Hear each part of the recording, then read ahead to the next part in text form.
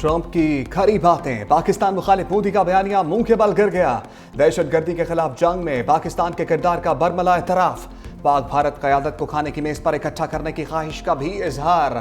سعودی American investment forum سے خطاب اور اسکائی نیوز کو انٹرویو میں پاکستان کو قابل اعتماد اور مضبوط اتحادی بھی قرار دیا۔ کہا پاکستان نے امریکہ سے مل کر دہشت گردی کے خاتمے میں بڑا اہم کردار ادا کیا۔ اے بے گیٹ حملے میں ملوث داعش کے دہشت گرد کی گرفتاری پاکستان کے تعاون سے ممکن ہوئی۔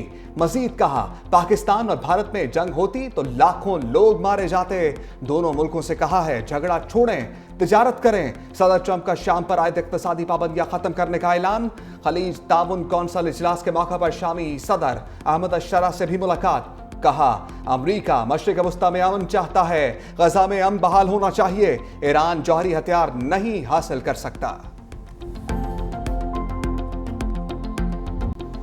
سعودی ولی عہد نے پاک بھارت جنگ بندی کو خوش آئند قرار دے دیا۔ خلیج تعاون کونسل اجلاس سے خطاب میں شہزادہ محمد بن سلمان نے کہا مسائل کے حل کے لیے دونوں ممالک کے درمیان مذاکرات کی حوصلہ افزائی کریں گے۔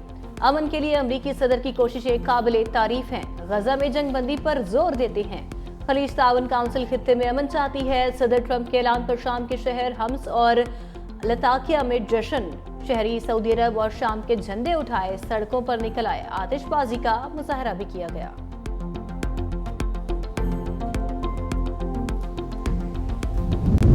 امریکی صدر ٹرمپ کا سعودی عرب کے بعد قطر کا مشن۔ دوحہ مت امیر قطر شیخ تمیم بن حمد الثانی نے استقبال کیا۔ امریکی صدر نے کہا مشرق وسطی کے دورے کا مقصد اسرائیل کو سائیڈ لائن کرنا نہیں، یہ دورہ اسرائیل کے لیے بھی اچھا ثابت ہوگا۔ شامی صدر احمد الشرع سے ملاقات بہت اچھی رہی۔ کرپٹو اور آرٹیفیشل انٹیلیجنس میری ترجیحات میں شامل ہیں۔ چین پہلے ہی آرٹیفیشل انٹیلیجنس میں آگے نکل چکا، اس سے پہلے چین کرپٹو میں آگے نکل جائے، ہمیں اس پر کام کرنا ہوگا۔ وزیراعظم شہباز شریف کا معرکہ حق کے دوران آپریشن بنیان مرصوص کی فرنٹ لائنز کا دورہ۔ پسرور اور چھاونی سیالکوٹ میں آپریشن میں شریک افسران اور جوانوں سے ملاقات۔ Army chief general Syed Asim Munir, air chief marshal Zaheer Babar Sidhu, نائب وزیر اعظم اور وزیر خارجہ اسحاق ڈار، وفاقی وزراء خواجہ آصف، احسن اقبال، عطا اللہ تارڑ بھی ہمراہ۔ وزیر اعظم آئندہ چند روز کے دوران پاک فضائیہ اور پاک بحریہ کے افسران اور جوانوں سے ملاقات کے لیے ایئر بیسز اور نیول بیسز کا بھی دورہ کریں گے۔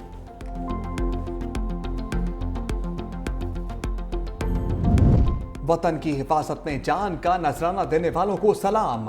بھارت کی بزدلانہ جارحیت میں زخمی مزید 2 جوان شہید، مجموعی تعداد 13 ہو گئی۔ پاکستان نے اپنے سے بڑے دشمن کو شکست دی۔ 10 مئی کو بھارت 6-0 سے شکست پاش ہوا۔ 9 مئی والے ہم نہیں، 10 مئی اور 28 مئی والے ہیں۔ وزیر اعلیٰ پنجاب مریم نواز کا فیصل آباد میں لیپ ٹاپ اور وظائف تقسیم کرنے کی تقریب سے خطاب۔ کہا 9 مئی کو جن جہازوں کو جلایا گیا انہی طیاروں نے رافیل طیارے کو گرایا۔ پاک فضائیہ کے شاہینوں نے سر فخر سے بلند کر دیا۔ نفرت اور تقسیم سکھانے والے ناکام ہو گئے، ہم نے صرف جنگ نہیں جیتی بلکہ آئندہ نسلوں کا مستقبل محفوظ کیا۔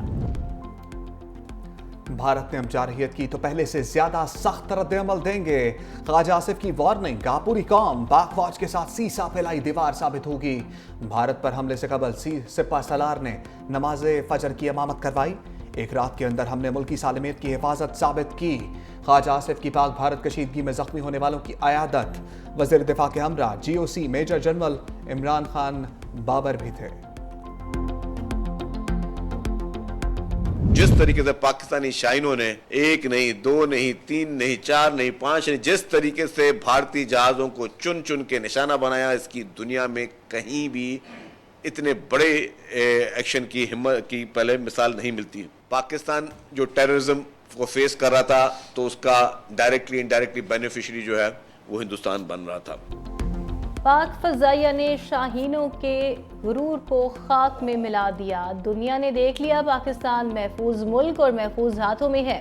بلاول بھٹو نے پاکستان کا مقدمہ بھرپور انداز میں لڑ کر ثابت کیا، پاکستان کے دفاع کے لیے کسی عہدے کی ضرورت نہیں۔ سینئر وزیر سندھ شرجیل انعام میمن کی کراچی میں پریس کانفرنس، کہا بلاول بھٹو کی وجہ سے پاکستان نے سفارتی سطح پر بھی بھارت پر برتری حاصل کی۔ بلاول بھٹو زرداری نے مودی کو کشمیر اور گجرات کا قصائی قرار دیا تھا، اب مودی کو جنوبی ایشیا کا قصائی کہا جائے گا۔